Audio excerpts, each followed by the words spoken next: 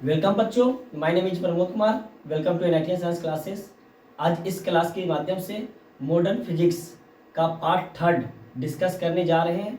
Part first और part second बता चुके हैं। जो भी स्टूडेंट पार्ट फर्स्ट और पार्ट सेकंड नहीं देखे हैं वो कृपया करके पार्ट फर्स्ट पार्ट सेकंड देख करके पार्ट थर्ड में आए, तभी समझ में आएगा, अन्यथा समझ में आएगा नहीं।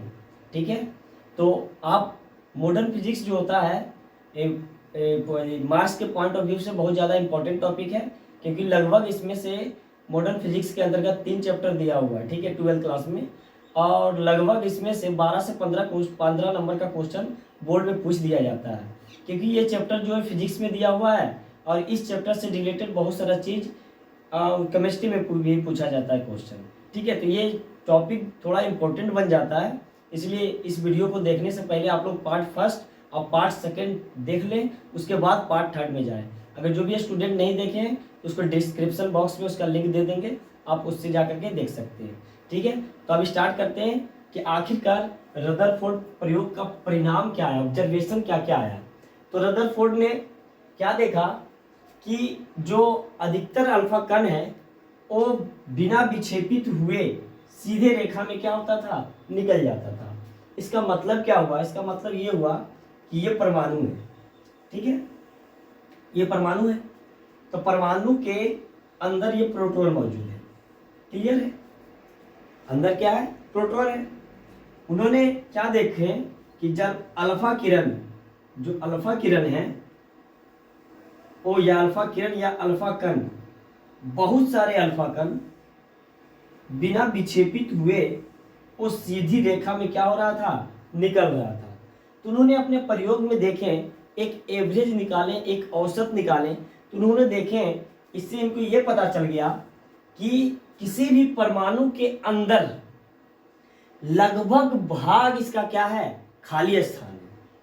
कितना भाग खाली स्थान है, तो उन्होंने अपने प्रयोग में, एक्सपेरिमेंट में निकाल करके देखें और बताएं कि परमाणु के अंदर जो खाली जगह है वो खाली जगह 99.86% पाया जाता है। 99.86% जो है परमाणु के अंदर खाली स्थान पाया जाता है। तभी तो ये अल्फा किरण या अल्फा कण जो है ये सीधी रेखा में निकल गया। अगर खाली स्थान नहीं रहता तो ये टकरा करके उस कण से या तो विक्षेपित हो जाता या तो फिर से रिटर्न आ जाता। तो इनसे इनको ये पता चल गया कि लगभग खाली स्थान जो है 99.86% किसी भी परमाणु के अंदर उतना खाली स्थान मौजूद रहता है। ठीक है, उन्होंने देखे कि अगर कोई भी अल्फा किरण बिना टकराए सीधी रेखा में गमन कर रही है, इसका मतलब है कि ये जो कण है, ठीक है, ये जो अल्फा कण है 0 डिग्री पे बिना कोई डिविएट का आराम से सीधी रेखा में क्या कर जाती है, गमन कर जाती है। ठीक है, सीधी रेखा में क्या हो जाता है, गमन हो जाता है। क्यों हो जाता है, क्योंकि इसका 99.86% भाग क्या होता है, खाली होता है।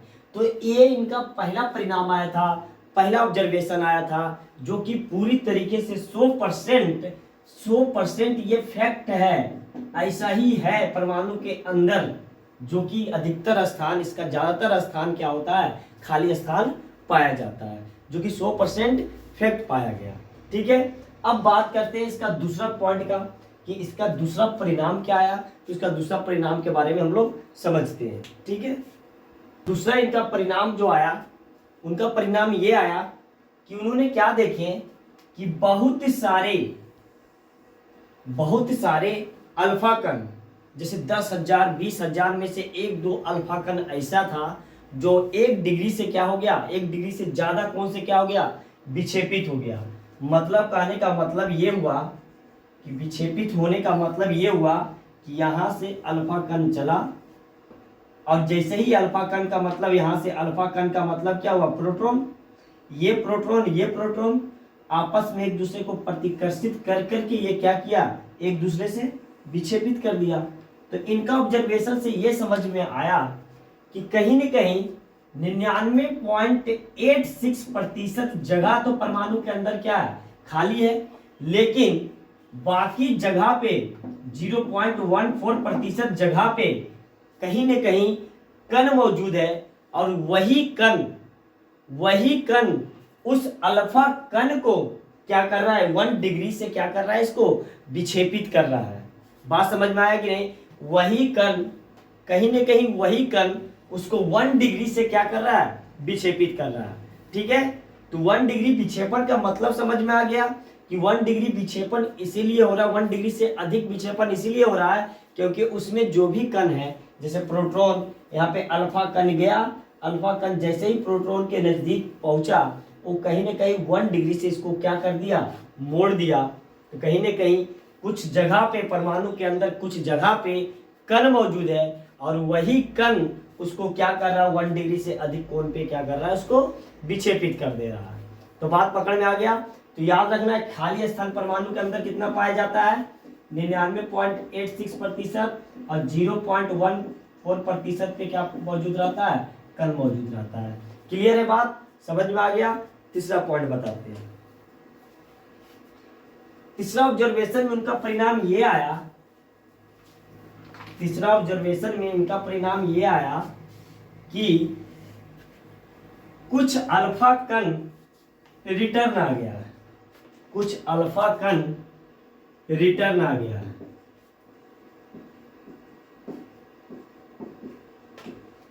कण 180 डिग्री से रिटर्न आ गया। इसका मतलब ये हुआ,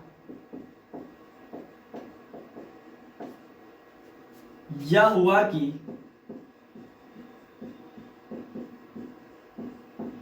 परमाणु के अंदर, परमाणु के अंदर कुछ अल्फा कण नहीं, कुछ अल्फा कण का मतलब हुआ कि 8000 10,000 में से एक अल्फा कण का बात होगा। ठीक है, यह हुआ कि परमाणु के अंदर सूक्ष्म स्थान पर, सूक्ष्म स्थान पर कहीं ना कहीं भारी भरकम कण मौजूद है, और उसी कण से जब प्रोटॉन टकराता है तो अल्फा कण 180 डिग्री से रिटर्न आ जाता है।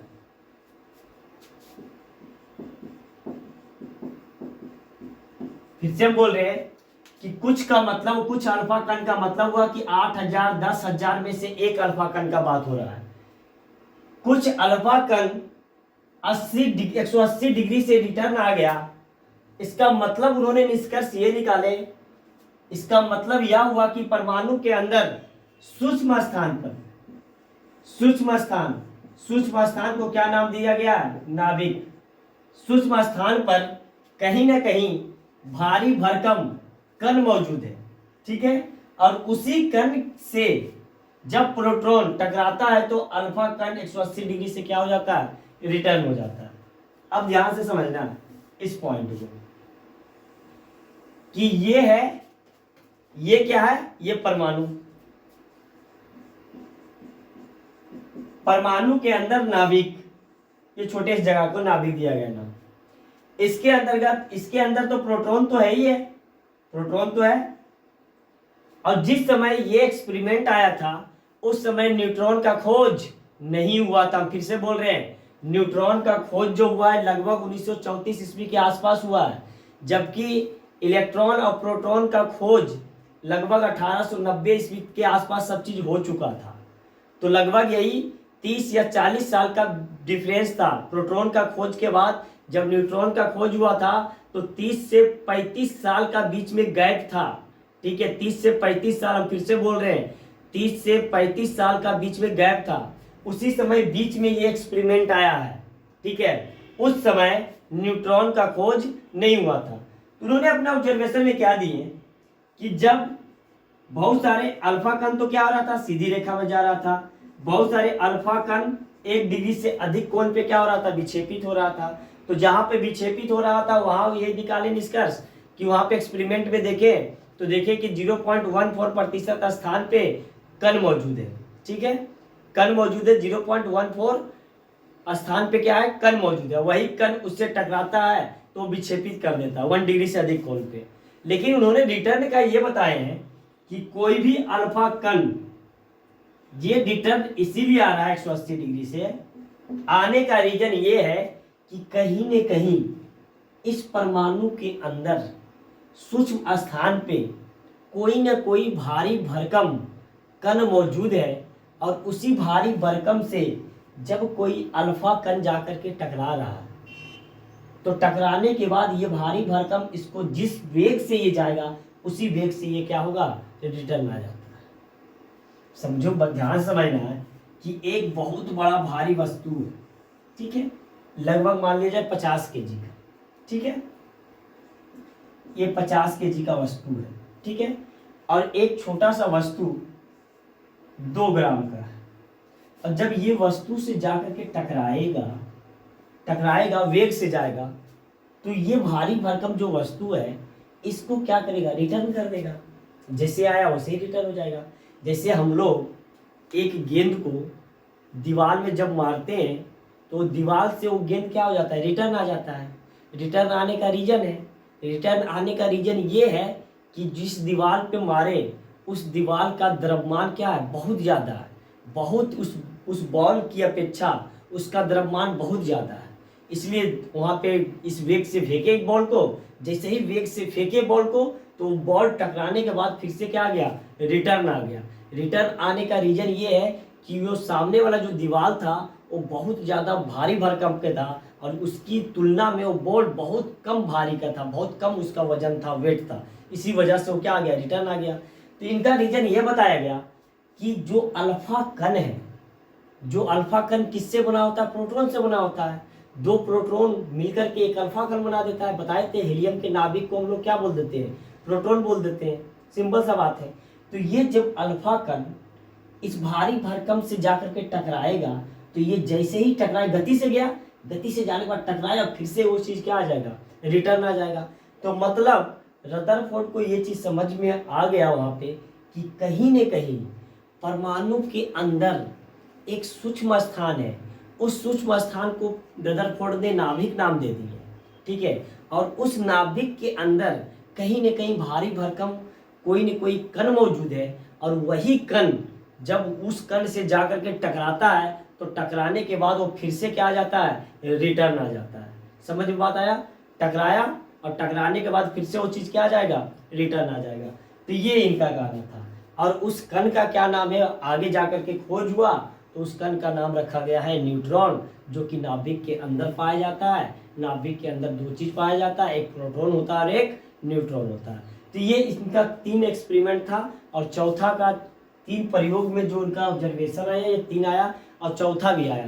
तो चौथा के बारे में हम लोग समझते हैं कि चौथा उनका प्रयोग या परिणाम क्या था। इसको आप लोग स्क्रीनशॉट ले लें। चौथा उनका परिणाम में ये आया कि अल्फा कण के लिए जो विक्षेपण कोण होता है ना, धातु की प्लेट पे निर्भर करता है। मतलब जैसा धातु की प्लेट लेंगे उतना ज़्यादा कण, उसके अनुसार धातु की प्लेट के अनुसार उसका विक्षेपण अधिक होगा। यहाँ पे एन थीटा जो है कणों की संख्या है, जेड जो है परमाणु क्रमांक, थीटा जो है विक्षेपण कोण, के जो है नियतांक। इन्होंने क्या पाए अपना एक्सपेरिमेंट में कि अगर धातु की प्लेट, अगर गोल्ड की जगह पर, जो हम लोग गोल्ड शीट लिए थे, रदरफोर्ड लिए थे गोल्ड शीट, गोल्ड के जगह पर अगर हम दूसरा कोई धातु का प्लेट रखेंगे, सीट रखेंगे, तो उसमें कणों की संख्या जो होगा, कणों की संख्या का जो डिविएशन है, जो विक्षेपण है, वो अलग अलग हो सकता है। मतलब कणों, ज्यादा कण भी हो सकता है विक्षेपित या कम कण भी हो सकता है विक्षेपित। फिर से हम बोल रहे हैं, ध्यान से समझना है। इन्होंने क्या देखे हैं कि अगर इस सीट, ये सीट कौन सा सीट था, ये सीट जो था गोल्ड का सीट लिए थे, ये था अल्फा कण, ठीक है। इन्होंने क्या बोले हैं कि इस गोल्ड के जगह पर, इस गोल्ड सीट के जगह पर अगर कोई और धातु का हम प्लेट लेंगे तो उसमें जो कणों की जो संख्या है, उस कणों की संख्या का विक्षेपण, जो कौन से विक्षेपण होता है, या तो कणों की संख्या अधिक विक्षेपित करेगा या तो कणों की संख्या कम विक्षेपित भी कर सकता है। और निर्भर करता है कि उस धातु का परमाणु क्रमांक कितना है। अगर अधिक परमाणु क्रमांक होगा, मतलब किस, अधिक परमाणु क्रमांक होने का मतलब ये हुआ कि उस परमाणु के अंदर प्रोटॉन की संख्या अधिक होगा। जितना ज्यादा प्रोटॉन की संख्या होगा उतना ज्यादा कण इसका क्या होगा, विक्षेपित होगा। बात समझ में आया कि नहीं। अगर Z का मान कम लेंगे, मतलब परमाणु क्रमांक कम लेंगे, वैसा धातु का प्लेट लेंगे जिसका परमाणु क्रमांक कम होगा, तो इसका मतलब कणों की जो संख्या का विक्षेपण है वो भी क्या होगा, कम होगा। ये कहना था किनका, ये कहना था रदरफोर्ड का ऑब्जर्वेशन था, परिणाम आया था। क्लियर है, बात समझ में आया कि नहीं। तो यहाँ पे क्वेश्चन इस प्रकार से पूछता है, थीटा दिया जाता है, विक्षेपण कोण दिया जाता है, और वहां पे सीट दे दिया जाता है, के नियतांक का वैल्यू दे दिया जाता है, और बोलता है एन थीटा निकालने के लिए, जो कि इजी वे में निकल जाता है। पुट द वैल्यू और गेट द रिजल्ट। क्लियर है बात, इसमें वैल्यू रखो और आंसर आ गया। बस इसी तरीके का क्वेश्चन अगर पूछता भी है तो ठीक है, इसको जल्दी से नोट करें, इसको जल्दी से नोट करें।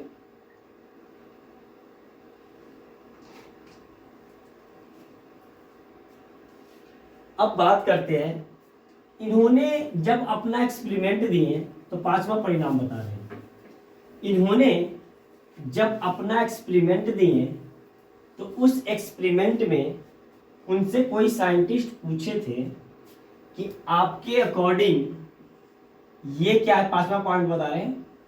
आपके अकॉर्डिंग उनका कहना था इस एक्सपेरिमेंट के जरिए कि प्रोटॉन यहाँ पे मौजूद है, ठीक है। इलेक्ट्रॉन इसके चारों तरफ क्या कर रहा है, चक्कर लगा रहा है, ठीक है। ये है प्रोटॉन और ये है इलेक्ट्रॉन। प्रोटॉन के चारों तरफ इलेक्ट्रॉन चक्कर लगा रहा है, लेकिन अभी तक रदरफोर्ड ये इलेक्ट्रॉन कहाँ पे चक्कर लगा रहा है, ये इस बात का चर्चा नहीं कर पाए थे। उन्होंने बोले कि इलेक्ट्रॉन कहीं पे भी चक्कर लगाते रहता है। क्लियर है, रदरफोर्ड का परिणाम में यह आया कि इलेक्ट्रॉन कहीं भी इसके अंदर प्रोटॉन के चारों तरफ क्या करता है, चक्कर लगाता है। कक्षा का वाद, क्लास का वाद, सेल का वाद इन्होंने नहीं किए थे। तो उनसे क्वेश्चन पूछा गया कि अगर अल्फा जो कण है ये प्रोटॉन के चारों तरफ चक्कर लगाता है, ये है धन आयन और ये है ऋण आयन, तो इन दोनों के बीच में आकर्षण बल लगेगा और आकर्षण बल की वजह से ये दोनों क्या होगा, एक दूसरे से चिपक जाएगा। अरे सिंपल सा बात है, ये प्रोटॉन है धन आयन, ये इलेक्ट्रॉन है। जब ये चक्कर लगा रहा है इस तरीके से, हो सकता है इलेक्ट्रॉन चक्कर लगाते लगाते थोड़ा नजदीक आएगा, दोनों के बीच में आकर्षण बल बढ़ जाएगा, तो इसमें इलेक्ट्रॉन क्या हो जाएगा, प्रोटॉन पे आकर के चिपकेगा कि नहीं चिपकेगा, ठीक है। तो उन्होंने इनका जवाब ये दिए हैं रदरफोर्ड ने कि इलेक्ट्रॉन तो चक्कर लगा रहा है, तो इलेक्ट्रॉन और प्रोटॉन के बीच में इलेक्ट्रोस्टैटिक्स फोर्स, वैद्युत बल बढ़ा चुके हैं, K Q1 Q2 by R square, K Q1 Q2 by R square, ठीक है। तो ये जो वैद्युत बल है, इलेक्ट्रोस्टैटिक्स फोर्स, ठीक है, वैद्युत बल, या हम लोग इसको बोलते हैं वैद्युत बल, या हम लोग इसको बोलते हैं वैद्युत बल या तो हम लोग इसको बोलते हैं आकर्षण बल, आकर्षण बल, ठीक है। तो ये दोनों आकर्षण बल की वजह से चिपकना चाहेगा, लेकिन रदरफोर्ड ने यह बताया कि ये चिपकने का रीजन ये नहीं है, क्योंकि ये इलेक्ट्रॉन जो है ना हर एक बिंदु पे, ये इलेक्ट्रॉन हर एक बिंदु पे इसका वेलोसिटी मतलब वेग, हर एक बिंदु पे इसका क्या हो रहा है, वेलोसिटी वेग इसका क्या हो रहा है, बदल रहा है।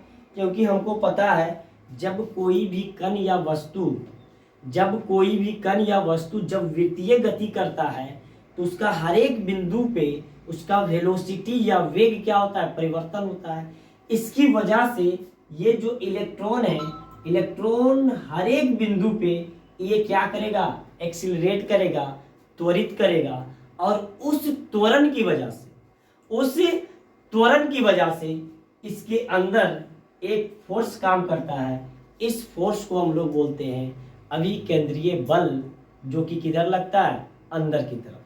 तो ये हर एक बिंदु पे इसका वेलोसिटी, इसका वेग क्या हो रहा है, परिवर्तन हो रहा है। हर एक बिंदु पे ये एक्सिलरेट हो रहा है। एक्सिलरेट का मतलब है क्या हुआ कि इसका वेग हर एक बिंदु पे बढ़ रहा है। तो जब ये खींचना चाहेगा, जब ये प्रोटॉन इलेक्ट्रॉन को खींचना चाहेगा, तो एक्सिलरेशन की वजह से, उस त्वरण की वजह से ये इसके नजदीक नहीं आ पाता है। बात समझ में आया कि नहीं?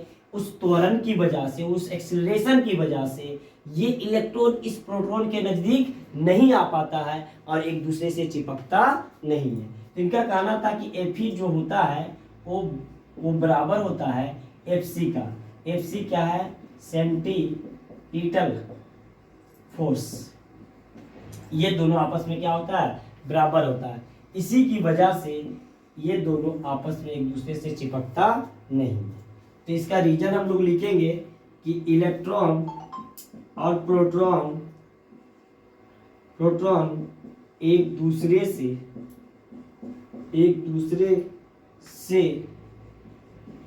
आपस में आकर्षण बल या वैद्युत बल से नहीं चिपक पाता है, क्योंकि इलेक्ट्रॉन का वेग हर एक बिंदु पर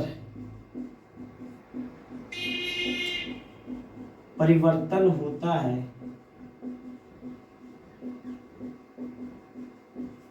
और वेग परिवर्तन की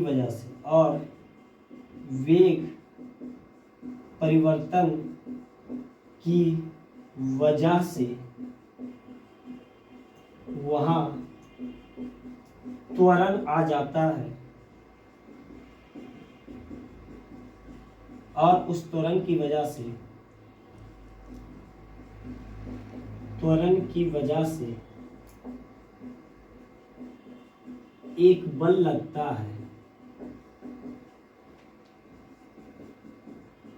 इसलिए इलेक्ट्रॉन और प्रोटॉन आपस में नहीं चिपकता है। क्लियर है? ठीक है। तो ये पांचवा परिणाम था। ये पांचों के पांचों परिणाम बता चुके हैं। और एक चीज और है, उसको हम समझा देते हैं, थोड़ा सा इसको नोट करें। एक चीज और इनका आता है, जल्दी से नोट करें इसको।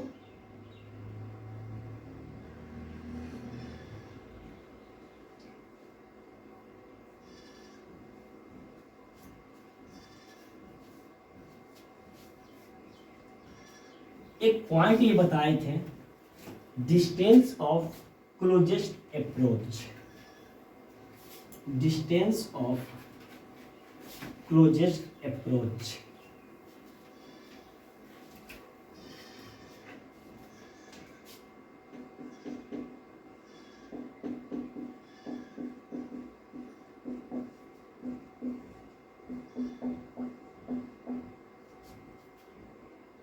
क्लोजेस्ट डिस्टेंस ऑफ क्या है,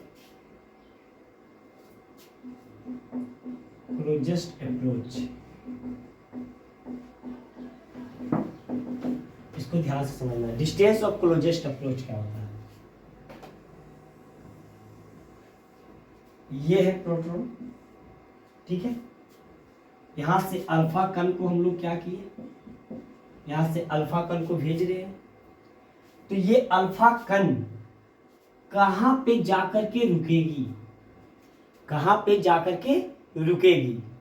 सिंपल सा बात है कि जिस अल्फा कण के पास ज्यादा ऊर्जा रहेगा वो अल्फा कण इस प्रोटॉन के नजदीक पहुंचेगा।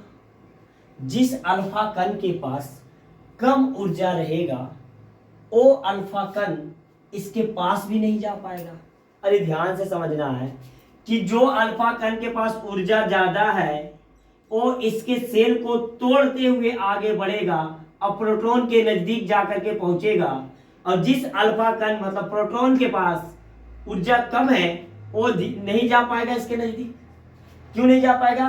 क्योंकि अल्फा कण के पास होता है 2 प्रोटॉन और नाभिक के पास है 2 प्रोटॉन, आपस में क्या करेगा, एक दूसरे से प्रतिकर्षित करेगा। अरे सिंपल सा बात है कि ये मान लो कि यहाँ पे प्रोटॉन रखा हुआ है, हम है अल्फा कण, ठीक है, हम है अल्फा कण, हमको जाना है इस प्रोटॉन के पास, तो मेरे पास अधिक ऊर्जा रहेगा तो इसके पास जा पाएंगे, अधिक ऊर्जा से चल जाएंगे। अधिक ऊर्जा रहेगा तो, क्यों अधिक ऊर्जा रहेगा तो? क्योंकि इसके ये दोनों के बीच में एक प्रतिकर्षण बल लगेगा। अरे प्रोटॉन और प्रोटॉन के बीच में कौन सा बल लगता है?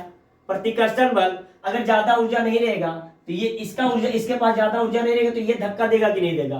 तो इसके पास अगर ज्यादा ऊर्जा रहेगा तो ये नजदीक पहुंचेगा, इसके पास कम ऊर्जा रहेगा तो ये नजदीक नहीं पहुंच पाएगा। इसी को बोलते हैं हम लोग डिस्टेंस ऑफ क्लोजेस्ट अप्रोच। तो डिस्टेंस ऑफ क्लोजेस्ट अप्रोच का मतलब है कि हमको पता करना है कि इसका रेडियस, इसका त्रिज्या कितना होता है, ठीक है।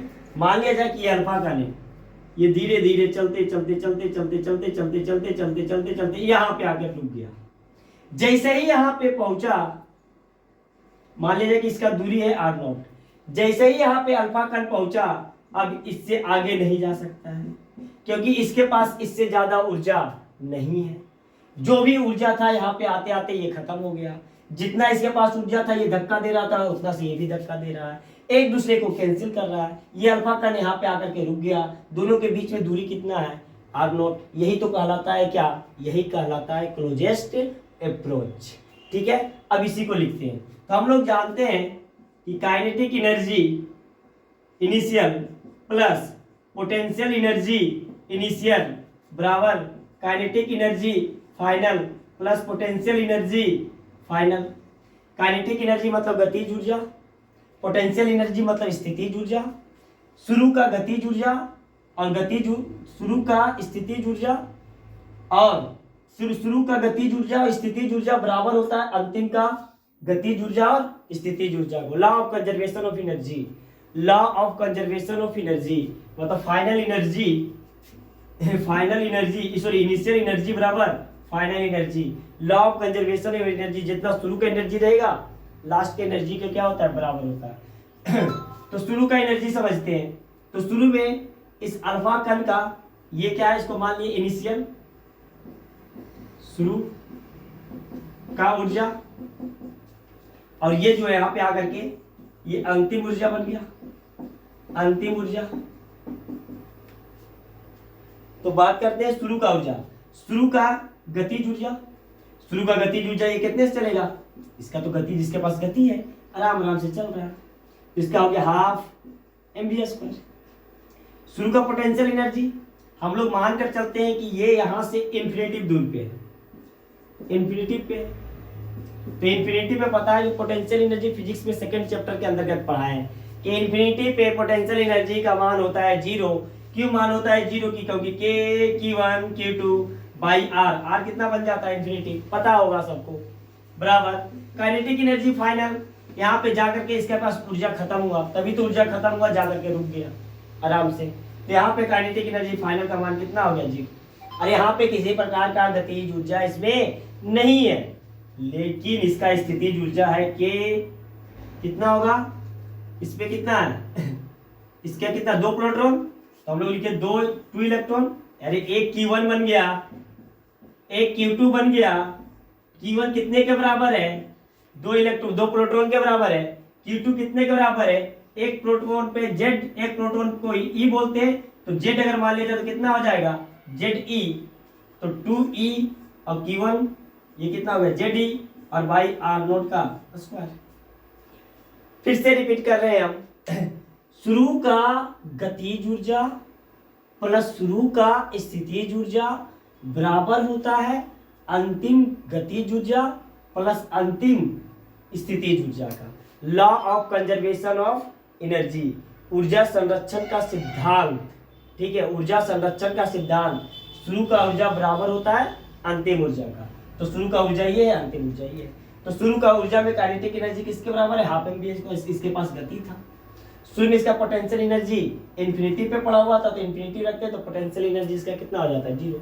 शुरू का kinetic energy, sorry final kinetic energy यहाँ पे जाकर के आराम से रुक गया कण, अल्फा कण, तो किसी प्रकार का नहीं है।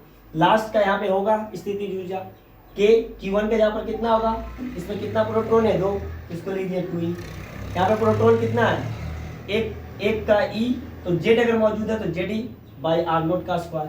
तो ये बन गया हाफ mv स्क्वायर, ठीक है, बराबर K। इसको हम लिख सकते हैं क्या? 2ZE स्क्वायर, 2ZE स्क्वायर और बाई R0 का स्क्वायर। तो यहां से आ जाएगा फॉर्मूला R0 का स्क्वायर। इसको हम काइनेटिक एनर्जी इनिशियल मान लेते हैं। अरे इसको लिख सकते हैं ना, काइनेटिक एनर्जी इनिशियल। इसको बन जाएगा 2kZE square, 2kZE square, R0 का स्क्वायर इधर गया, तो इसको हम लोग लिखे काइनेटिक एनर्जी इनिशियल। अब ध्यान से समझना है इस चीज को ध्यान से समझना है। जैसे जैसे इसका गतिज ऊर्जा बढ़ेगा, अरे इस अल्फा कण का गतिज ऊर्जा अधिक होगा तो R का मान छोटा होगा। हम क्या बताए थे कि अल्फा कण के पास अगर इसका गतिज ऊर्जा काइनेटिक एनर्जी ज्यादा होगा तो ये अंदर तक जाएगा, क्योंकि उस समय प्रतिकर्षण बल कोई काम नहीं करेगा। इसका गतिज ऊर्जा कम होगा तो R का वैल्यू अधिक होगा, कम होगा तो आराम से जाएगा यहाँ तक, जैसे ही पहुंचेगा ये प्रतिकर्षित करेगा, उधर ही रहो। बात समझ में आया कि नहीं? तो ये रिलेशन आता है, इसी को बोलते हैं हम लोग डिस्टेंस ऑफ क्लोजेस्ट अप्रोच, मतलब कितना कम से कम कितना दूर तक वो अल्फा कण जा पाएगा, उसी को हम लोग बोलते हैं डिस्टेंस ऑफ क्लोजेस्ट अप्रोच।